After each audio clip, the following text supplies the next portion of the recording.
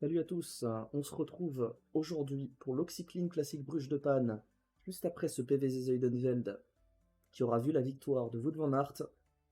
Aujourd'hui, on est sur une classique plutôt orientée sprinter, mais avec de nombreuses zones de vent qui feront très très mal. Alexander Kristoff est un des favoris évidents, tout comme Mathieu Van Der Poel ou encore Marco Mebelli, qui a une très très bonne note de plaine. On a également Allender qui tient très très bien le plat et a une très bonne endurance. Caleb Ewan à ne jamais enlever des favoris, James Cavendish également, vainqueur d'étape sur Tirreno. On a également Elia Viviani, mais malgré son début de saison plutôt moyen. James White, qui est là, démarre également. Et Pijlanski, on est parti. C'est parti pour cette course pavée. Enfin, pavée. Les pavés ne sont vraiment présents qu'au début de la course et ne seront pas impactants sur la fin, surtout les zones de vent qui seront impactantes. Mais on est parti pour cette classique flandrienne, néanmoins, avec Owen, Van Hooydonk, De La Veille et Amit qui tentent de partir en échappée, Van Hattum également, Van der Bosch, Dely, Dubois, alors que beaucoup de monde essaye de partir, mais ce n'est pas au goût du peloton. Trop de monde, le peloton n'accepte pas. Pour l'instant, on a 4 coureurs à l'avant, vraiment sortis, 5 plutôt. 6, 7, ça sera repris. Ils sont plus que 3, et ça continue de contrer. On va voir jusqu'à où ça va continuer de contrer en boucle jusqu'à ce que l'échappée de faux se forme. Ouais, ça veut vraiment, ça tient vraiment à ce que tout le monde parte, hein.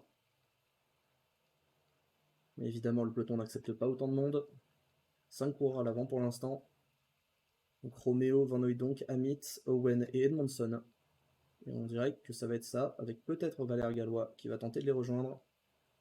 C'est ce qui va sortir, en effet. Valère Gallois sera le 6ème homme s'il arrive à rentrer sur eux. On va voir si le français peut y arriver avant de se cramer complètement. Oui, c'est fait. Valère Gallois les a rejoints. Dans ce cas, cette échappée de 6 peut aller loin. 4 minutes d'avance, 137 km. On est parti pour la course. Le peloton qui va passer le seul mont pavé de la course avec Pavel Bittner en tête. On va voir si ça va faire quelques dégâts, peut-être au niveau des sprinters les moins bien placés. En tout cas, une crevaison pour Boven et une autre pour Wenzel. Mais ça repart sans trop de problèmes. Les groupes ont l'air d'être encore formés. Non, cassure au milieu. Mais c'est pas grave, ça ne roule pas très vite. On se revoit donc aux zones de vent. Première chute importante avec John Degenkolb, des coureurs phares de la formation Philips, qui se retrouve à terre avec Erlen Boassenhagen, le fils d'Edvald, qui roule pour l'équipe norvégienne Bergans.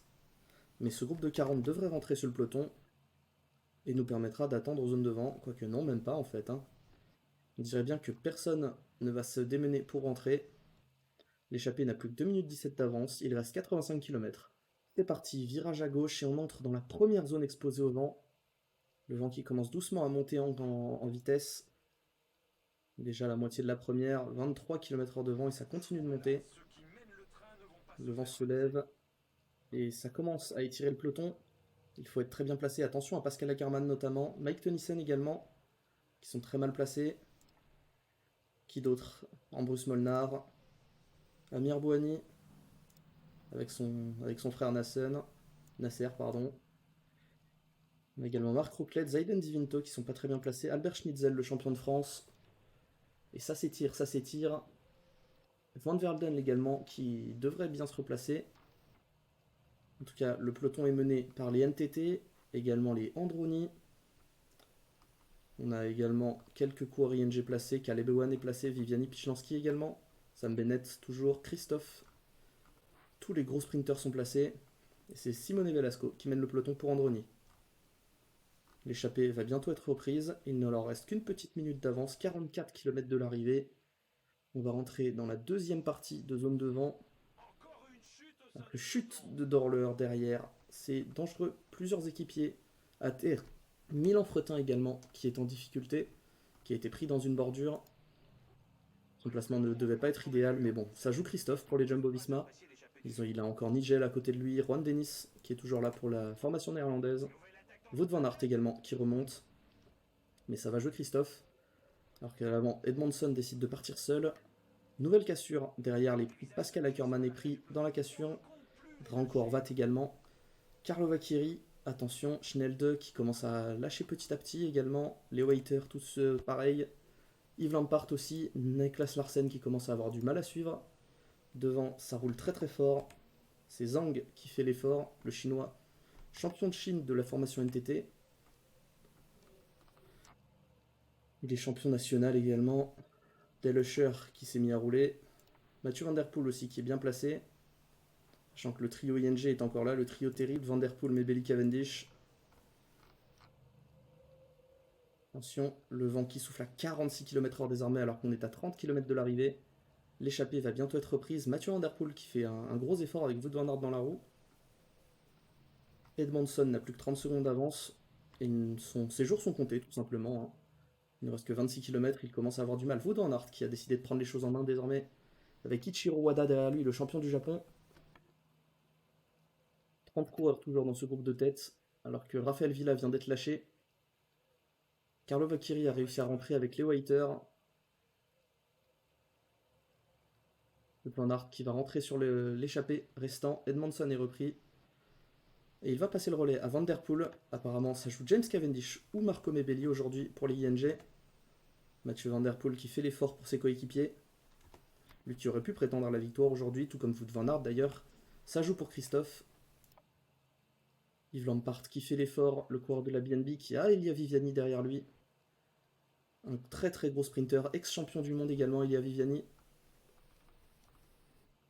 Pijlanski qui commence à se replacer, Arnaud Démarre également, Marcus Allender, Matteo Trentin, Caleb Ewan qui sont très très bien placés, James White également, sous l'impulsion du groupe Van Der Poel, Cavendish qui est dans sa roue, Bennett qui se replace, Leo Hayter également, Fabian Dacosta. Attention, c'est le final, plus que 15 km, 21 km/h de vent. Christophe est dans la roue de Wout van Aert, Cavendish est dans la roue de Van Der Poel. Chaque sprinter de chaque formation néerlandaise est derrière son gros favori pour les classiques flandriennes. Pijlanski est placé, pas de Nassen pour lui par exemple. Ouais, Nassen est en queue de groupe. Ce ne sera pas lui qui jouera la victoire en tout cas. Attention, Van Der Poel qui prend le relais maintenant. Leader décroché. Zhang qui est lâché, Nils Snuffels qui n'en peut plus également. Ichiro Wada, pareil. Plus que 27 coureurs à l'approche de l'arrivée, 7 km encore. Alors que c'est Van Der Poel qui continue de faire le tempo. Une grosse ligne hein, qui est devant ici. On va regarder le final est en virage, hein, attention. Lancer de loin ne sera peut-être pas un problème grâce au virage. 50 km/h de vent de face en plus, ça doit faire très très mal pour Mathieu Van Der Poel. Mais c'est toujours lui qui roule en tête. Plus de Wout van Aert, il est fini. Alors que Paul Deman remonte également. Marco Mebelli aussi, l'électron libre de la formation ING, qui ne va pas attaquer aujourd'hui. Christophe est dans la roue de James Cavendish. Le Norvégien et le Britannique qui sont affrontés sur les routes de Tirreno. Attention, Paul Deman qui va peut-être lancer une accélération pour Androni à 2 km de l'arrivée. C'est Christophe qui est obligé de faire l'effort pour rentrer. Attention, le sprint va bientôt se lancer. Viviani, Ewan, Trentin et Cavendish sont bien placés. C'est parti pour le sprint, 1 km. Christophe qui remonte, Christophe peut-être. Non, Elia Viviani qui remonte. Attention, Elia Viviani ou Alexander Christophe. C'est Alexander Christophe qui s'impose aujourd'hui. Devant Viviani, Ewan, Cavendish, Trentin, Paul Deman, Pijlanski démarre, Mebelli, Allender qui complète ce top 10. C'est un sprint houleux qui a été lancé de très très loin par Paul Deman. Christophe a réussi à le rattraper et à tenir jusqu'au bout. Le Norvégien qui continue de porter Jumbo-Visma à bout de bras. Il ramène encore de précieux points pour son équipe, lui qui est un vieux briscard. Le dernier coureur vient déjà d'arriver, 13 minutes après Alexander Christophe. On va pouvoir voir les podiums de cette Oxyclean Classic Bruges de Panne qui aura offert un très beau sprint en tout cas. Et le jeu veut bien. Voilà, c'est parti. Le podium, donc Alexander Christophe qui s'impose. 4h19 minutes et 58 secondes. Ça a été très rapide pour une classique flandrienne. Et on va enchaîner sur le Grand Prix E3. Une course qui sera beaucoup plus orientée pavé par contre. Dont les favoris seront encore peut-être Christophe, Van Aert, Van Der Poel et tous les autres. On se retrouve tout de suite. On est parti pour ce Grand Prix E3 Saxo Bank classique. Au niveau des favoris aujourd'hui, Mathieu Van Der Poel, Wout van Aert, Milan Fretin, duo de la Jumbo-Visma, Kramaric, Pétiol, César, Yves Lampaert, Frédéric Van Verden, Mick Van Der Brooks et Logan Veit. On a un parcours très pavé qui devrait se finir dans un sprint entre costauds, mais tout peut arriver. On est parti pour cette course. On est parti pour ce Saxo Bank classique 200 km dans la pluie et le vent. C'est une classique flandrienne. On est en mars, ça va faire mal. En tout cas, les conditions sont réunies pour qu'on passe une très belle course. Les coureurs vont être épuisés à la fin, alors que les attaques commencent déjà.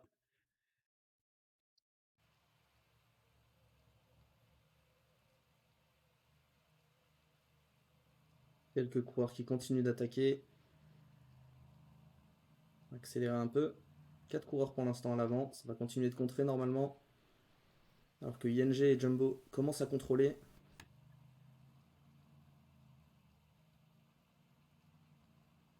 Bientôt 1 minute d'avance pour les 4 à l'avant, mais on dirait que ça continue de rouler assez fort derrière. Est-ce que 4 coureurs seraient considérés comme trop par le peloton?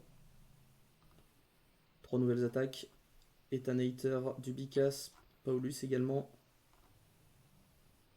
Ouais, Sinkeldam qui commence à craquer dans l'échappée pour Airbus. Stuyven et Roach qui tentent également leur coup. Alors qu'on a une première grosse chute. Attention à la pluie aujourd'hui, effectivement. Ouais, l'échappée n'a pas beaucoup de champ. 1 minute d'avance à peine dépassée maintenant, alors que c'est Marco Mebelli qui roule. Attention, puisque c'est un véritable temple italien. Première grosse chute haute tension, Mike Tennyson ainsi que Oliver Nassen qui sont tombés. Ça va accélérer normalement dans le peloton, parce que ce sont des favoris à la victoire aujourd'hui. Tennyson qui rentre sur Da Campos, alors que Nassen est encore tombé.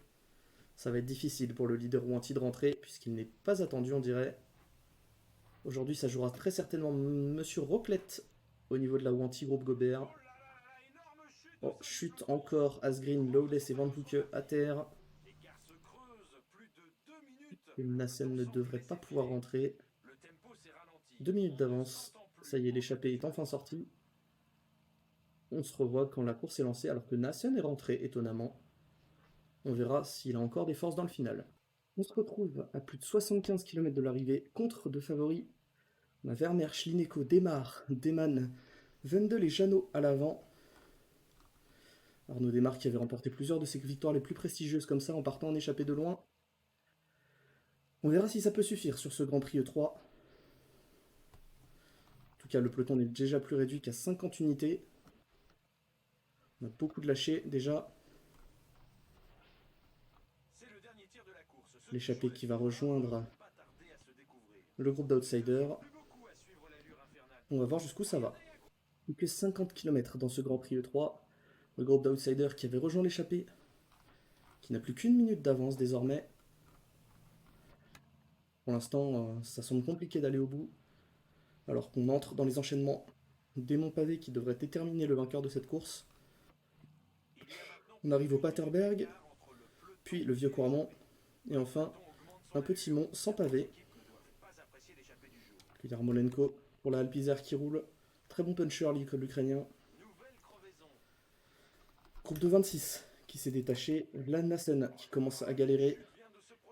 On a Nils Politt et Marc Rocklette également qui sont lâchés. Logan Fight qui est seulement équipier par contre pour Jumbo Visma. Cancellara. Franck Cancellara est lâché. Gervais Creton, Zayden Divinto. Herbert également. Marston qui s'est détaché du groupe à l'avant avec Jasper Stuyven pour la G2R. Alors qu'on a la première attaque, Milan Fretin avec Mathieu Van Der Poel dans la roue. Milan Fretin qui est parti à l'attaque, qui a repris Jonas Roach. Mathieu Van Der Poel qui va le reprendre. 43 secondes d'avance, ce ne sont pas les Jumbo qui vont contrôler, puisqu'ils ont Milan Fretin à l'avant. Alexander Wels qui est obligé. Nigel, ah si, Nigel va y aller, il va quand même y aller. Une tactique qui consiste sûrement à épuiser Mathieu Van Der Poel, à suivre les attaques de Fretin. Van Der Poel qui va en remettre une pour rejoindre le groupe d'outsiders, 30 km de l'arrivée. Ça a lancé de loin pour le néerlandais. Il va se prendre quelques blocs de l'échappée alors que Fretin en profite pour en remettre une. Jeannot qui va tenter de suivre le Suisse de la formation Androni. Ils sortent à 3 alors que le peloton vient de se regrouper avec l'échappée. Nigel qui n'en peut plus vraiment. 30 secondes d'avance pour le trio à l'avant. Milan Fretin, Mathieu Van Der Poel et Jeannot. Marston qui roule tout ce qu'il peut derrière. Démarre également. Van Aert qui essaie de revenir. Devant ça se regarde et ça va rentrer. 22 coureurs à l'avant. Rocklet et Divinto qui commencent à craquer un peu. Alors que Niklas Larsen en remet une. Fretin, Wout van Aert également qui suivent. La tactique de Jumbo semble fonctionner. 2 coureurs à l'avant. Le principal adversaire Van Der Poel qui s'épuise petit à petit. Alors qu'on arrive sur le dernier secteur pavé de ce Grand Prix E3. C'est là où Milan Fretin décide d'attaquer avec Mathieu Van Der Poel dans la roue. Van Aert qui suit Niklas Larsen pour les rejoindre. Un groupe de 4 qui va se former pour la victoire finale. Ah, Larsen qui commence à galérer. Wout van Aert qui ne prend pas de relais. Il préfère attendre que le Danois s'épuise encore plus à rentrer devant. C'est rentré. Et le contre de Mathieu Van Der Poel. Les Jumbo qui l'avaient vu venir. Mais Van Der Poel qui a quand même réussi à creuser un écart assez conséquent. 18-20 secondes d'avance pour le néerlandais. Alors que Fretin contrôle tranquillement. Il reste encore 20 km. Il en est conscient. Il ne faut pas s'épuiser tout de suite. Mathieu Van Der Poel qui tente le tout pour le tout. Lui qui est seul contre 2. Jeannot et Larsen qui en profitent pour suivre la roue des coureurs Jumbo-Visma. 22 secondes d'avance à 17 km de l'arrivée. Fretin et Van Aert qui vont se relayer pour reprendre le néerlandais. Même Larsen vient prendre des relais, le danois. Normalement, selon toute vraisemblance, on devrait avoir un regroupement à 5. C'est ça, regroupement à 5. Larsen qui va reprendre Mathieu Van Der Poel, qui va s'arrêter. Et contre de Van Aert. La stratégie Jumbo est en marche. Un coureur roule, l'autre contre. C'est Niklas Larsen qui doit rouler derrière. Van Der Poel a utilisé beaucoup d'énergie dans son attaque. Van Aert qui va certainement aller au bout.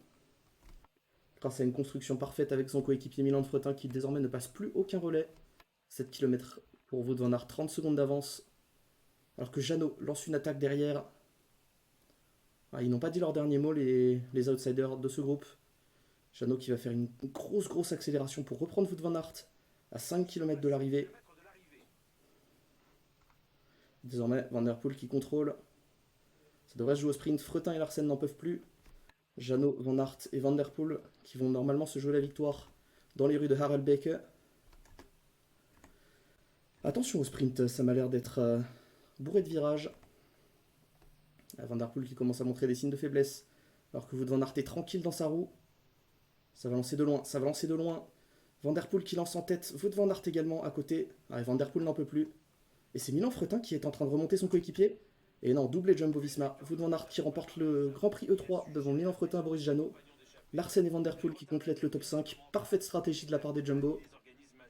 Todissen 6, Van Verden 7, Dermar 8, Nigel 9 et Nassen 10. Ce fut un combat de stratège. 2 coureurs contre 1, Jumbo contre ING. C'est ce qu'on devrait voir également sur le Ronde et sur Paris-Roubaix. En tout cas, on va laisser les derniers coureurs arriver.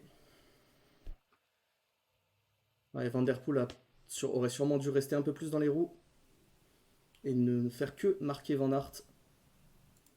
Mais en tout cas, doublé Jumbo. Victoire de Wout van Aert devant Milan Fretin et Boris Jeannot. C'est ce qui conclut ce Grand Prix E3. Et on va se retrouver très vite pour Gand-Wevelgem. Et on se retrouve du coup, comme prévu, pour Gand-Wevelgem, une course pavée encore une fois. Bon, avec de très légers pavés sûrement, surtout sur le Kemmelerberg. Surtout de grosses zones de vent. On a en tout plus d'une centaine de kilomètres de zones exposées au vent. Donc ça va faire quelques dégâts. Normalement, le vainqueur sera un routier sprinter, évidemment, à moins qu'une attaque ne fasse la différence. Pour les favoris du jour, on a Alexander Kristoff, Caleb Ewan, Mathieu Van Der Poel, Wout van Aert, Peter Sagan, James White, Marco Mebedi, Rados Pijanski, Kyle Miller et Matteo Trentin. C'est parti. On est parti pour ce Gand-Wevelgem 2028 avec les premières attaques déjà de Pierre Barbier, de Wadi Chamit et de Blokland pour Garmin. On a Luke Rowe, Valère Gallois, De Campos, Van Gayten et Van der Verden également qui tentent de partir, Ericsson et Boassenhagen aussi, mais ça ne devrait pas partir puisque trop de monde devant. Qui va contrôler les NTT, les ING, les Androni, les Jumbo, ceux qui contrôlent habituellement, donc sur les classiques pavés. Gallois, Amit, Blokland et Van Gayten à l'avant actuellement. Je dirais que c'est ce qui va sortir. Peut-être avec Arnaud Delis et Nico Dens, on ne sait jamais.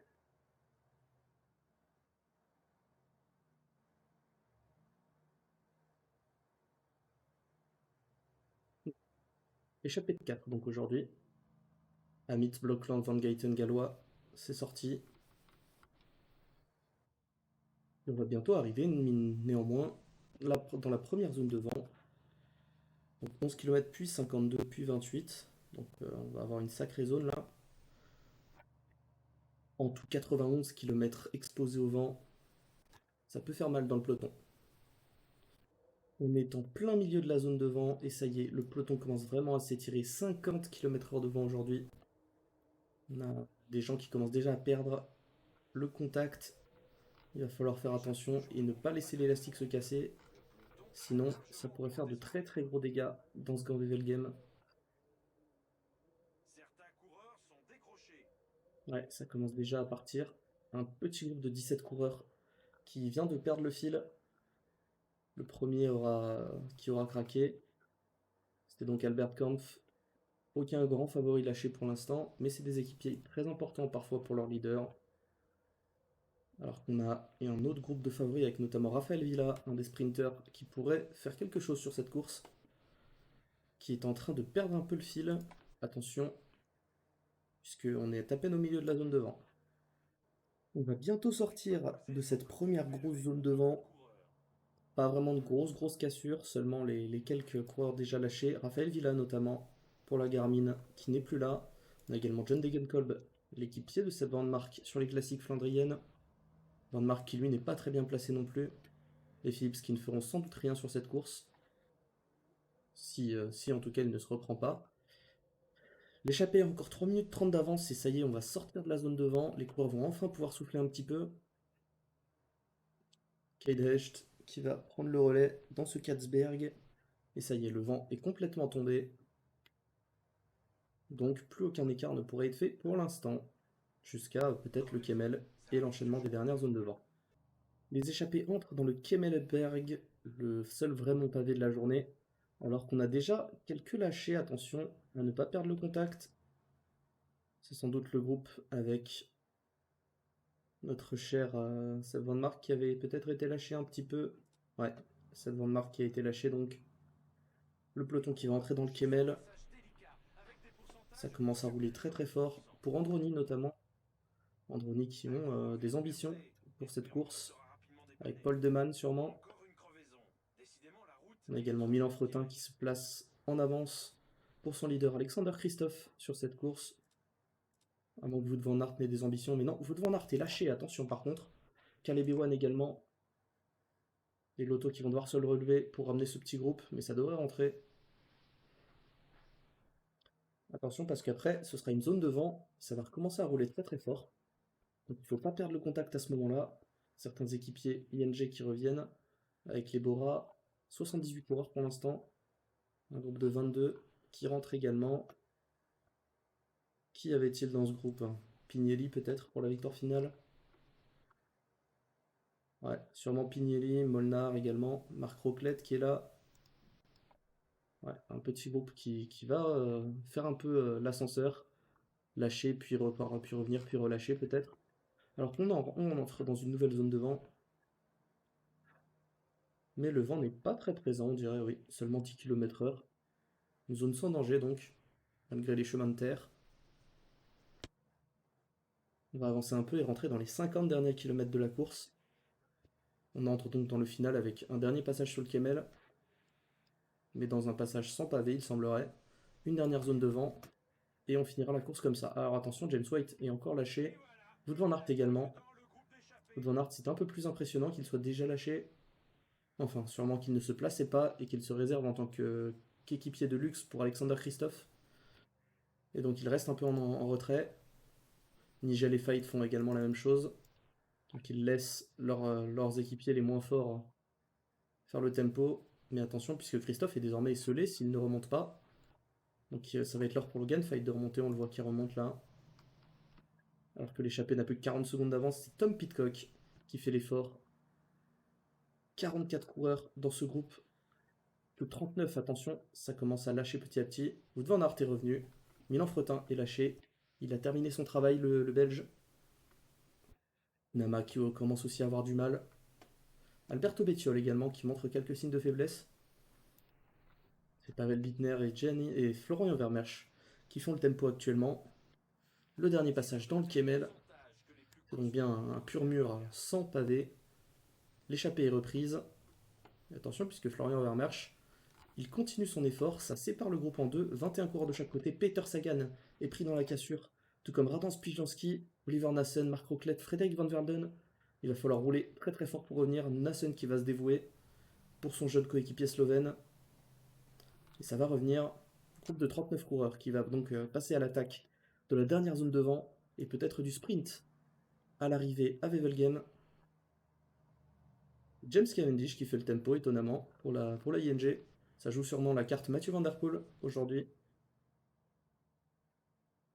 Dahl qui reviendra pour le coup. Pavel Bittner qui fait le tempo. Attention, premières attaques. Ça va partir maintenant. Marco Mebelli et Gabriel Gilbert. Deux électrons qui vont partir. Et Marco Mebelli qui va insister avec ses 30 km/h de vent de dos maintenant. Attention parce que ça peut partir très fort maintenant avec le vent de dos. Alenia qui va essayer de les rejoindre. Et attention parce que c'est trois baroudeurs avec une très belle note pleine. C'est Niklas Suchov qui est obligé de réagir avec Oliver Nassen notamment. Oliver Nassen qui va faire un gros sprint pour essayer de reprendre l'italien. Mais ça va coûter des grosses réserves aux sprinters qui essayent de prendre sa roue. 15 secondes d'avance pour Marco Mebelli. Alors que le vent est de dos, hein. Attention, c'est très favorable pour lui. Tandis que les coureurs à l'avant ne bénéficient pas vraiment du vent. Wout van Aert qui va désormais se dévouer avec Logan Fight pour récupérer l'italien afin de favoriser une arrivée au sprint pour Alexander Christophe. Logan Fight qui va complètement craquer. Attention à Wout van Aert également. Le vent de dos qui fait vraiment tout le travail pour Marco Mebelli à l'avant. Attention Niklas Larsen également. Plus de 15 km, 20 secondes d'avance pour Marco Mebelli. S'il peut tenir, ce sera une des plus belles victoires de sa carrière. Plus de 30 coureurs, on a James Cavendish qui est lâché. Le sprinter ING qui ne sprintera pas. Ça va donc tout jouer sur Marco Mebelli ou sur Mathieu Van Der Poel dans le cas échéant. En termes de sprinter, qu'est-ce qu'il nous reste? Il nous reste Caleb Ewan, Rados Pijanski qui a réussi à revenir, Matteo Trentin, Peter Sagan. On a également l'inépuisable Alexander Christophe alors qu'il ne reste plus que 10 km et Marco Mebelli a 30 secondes d'avance. Attention, attention. Ah, les équipiers commencent à faiblir. C'est Matteo Trentin qui doit se rouler en personne. 36 secondes, 39 secondes d'avance pour Marco Mebelli. S'il ne faiblit pas, la victoire est pour lui. Le vent de dos l'aura propulsé à quasiment une minute d'avance désormais. Derrière, c'est Ichiro Wada qui va lancer les hostilités. Ouais, il s'écrase lui aussi. On dirait que Marco Mebelli a réussi son coup. Le vent se couche désormais maintenant qu'il est de côté. Il aura fait un très très gros travail pour l'Italien.